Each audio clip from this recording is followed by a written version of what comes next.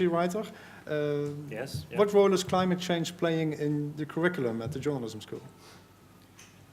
Well, at the moment, of course, we see that climate change or environmental issues as such actually, well, enter into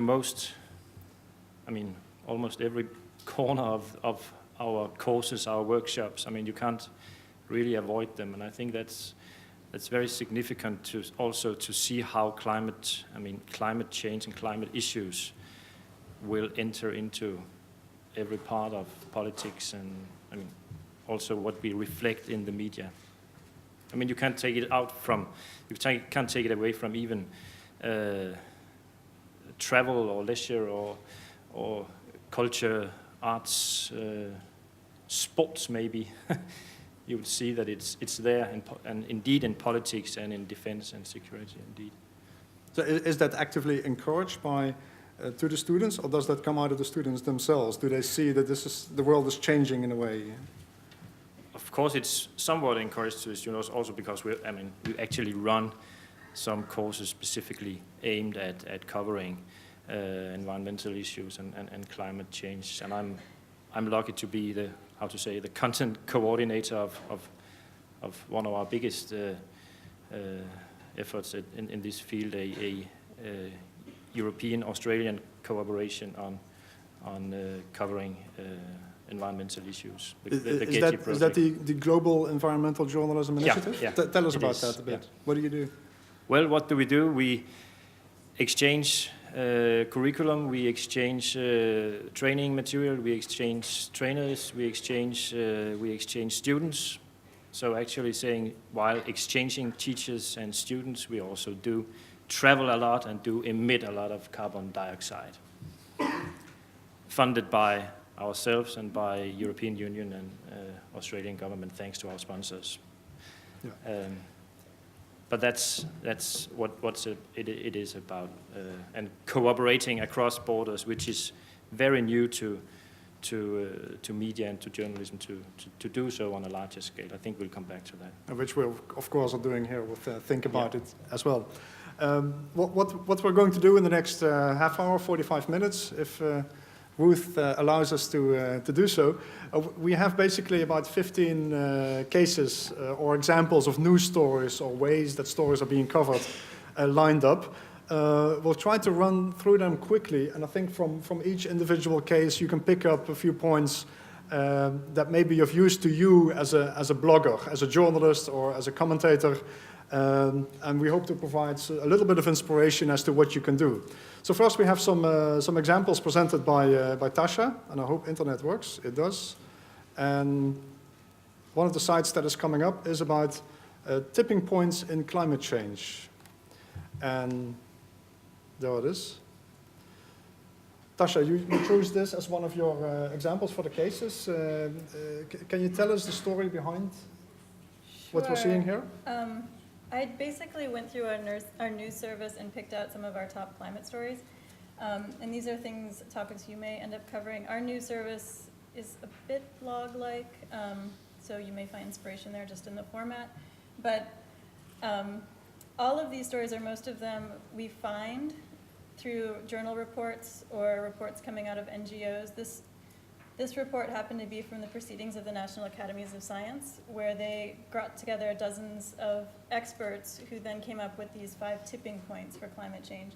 So I threw this in here because it's a good example of how we find our stories. It's a good example of how we like to use images, which can be quite powerful, although you have to be careful, right, to make sure that the image actually is an accurate representation of the issue. If you go to I think it's the 5th one.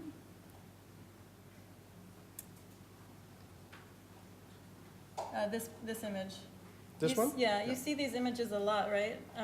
And this coastal erosion could be due to a lot of factors. So when you choose an image, you have to make sure that you can justify the correlation. And I chose this as well because we also have a lot of luck with top 10 lists or top 5 lists. For some reason, readers love to have the news summarized like that for them. So you use the data generated by the people visiting your website, and then you see what is the most Yes. Where's the most interest? Yes, we evaluate all of our stories on the number of page views we get. The news service gets about 10 million page views a month on average. And we see what does well and what doesn't, and we try to stick with what does well, because we're evaluated on how many viewers we get. There was one example on the glacier in Greenland. Which one was that? Was that the third one? Although this isn't directly related to what you were talking No. about, but we can talk about it. Yes. Which one? I'm not sure that was on my list. Anyway, one of the things with the photos, and I'm sure that everybody can recall the photos that you've seen, is a photo provided by NASA, I think, aerial shots from a glacier in Greenland.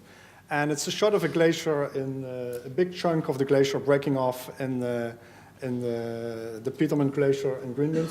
But similar pictures have been there from the glaciers in the Antarctic, also big chunks of ice breaking off. And the picture that we were looking at was actually taken in June last year, June 2008. I looked for some new pictures last week, and it came up that part of that glacier actually had reappeared. So you're thinking, okay, this glacier is disappearing, but then you look at the situation a year later, and some of it has grown back. And it raises some interesting issues in terms of coverage and reliability of pictures. How do you see this? Well, I think it also raises issues of how to cover these long-term trends that we were talking about earlier this morning, because it's a natural for a glacier to recede and grow, and so you have to think of these micro movements in terms of larger trends over time. And so I think we were all talking about this, if you have anything to add, but it's just the challenge of reporting on the day-to-day, because the report will come out and say glacier has receded or broken off or it's disappearing, and then you have to explain to your audience why it may grow back on some level, but still the overall trend is moving in one direction. Yeah, so don't lose sight of the overall long-term trend, Yeah. even though within a year or 2 years it may look like it's reversing. Exactly. Which other one shall we use? How about the Green Sahara? The Green Sahara. Yeah. This is a story we found in a journal called Biosciences. So I don't know how many of you peruse the academic journals, but there's a wealth of story ideas in them, because a lot of these stories tend to be locally focused, so you can find stories on the ground people can relate to. You have access to scientists who can hopefully, if you ask the right questions, help you put context to their work, and maybe you can draw some conclusions about implications globally. But this story did really well for us because I think it's also sort of an unexpected twist on climate change. Scientists are now predicting, or they're seeing growth in the Sahara, and so animals are coming back and able to graze, and this trend that they think will continue is that the Sahara will green, which goes against some of the science that the IPCC mentions in their latest report. So you also get the opportunity there to ask some difficult questions. Well, if some scientist is saying this, why are we seeing this? And making sense of it that way. I noticed on your site you're referring a lot to earlier stories on your site. Yes. Are you making a conscious decision not to link to, for instance, the original report?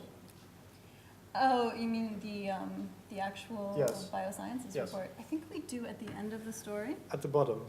Yeah, so we always offer the readers here, a chance yeah, to actually go seek out more information. On this side, yeah. Yeah. But you log it, you link to it from the same page, but not necessarily from inside the story. From inside the story, Yes, yes. Yeah. Yeah, so the unexpected and the bizarre and the quirky always do really well for us as well. So we'll take one more from your global warming Sure. This is rather boring though. or climate diseases. Climate diseases. I think that's. Okay. This is from a report in Science. Actually, do you guys know about Eureka Alert? I don't know if you can access it here. I'm sure you can. Yeah, it aggregates all of the journal reports. So if you're a freelance or staff journalist, you can register for Eureka Alert, and it gives you notice of reports before they come out. So, what's that? What is that? Eureka alert? Eureka alert.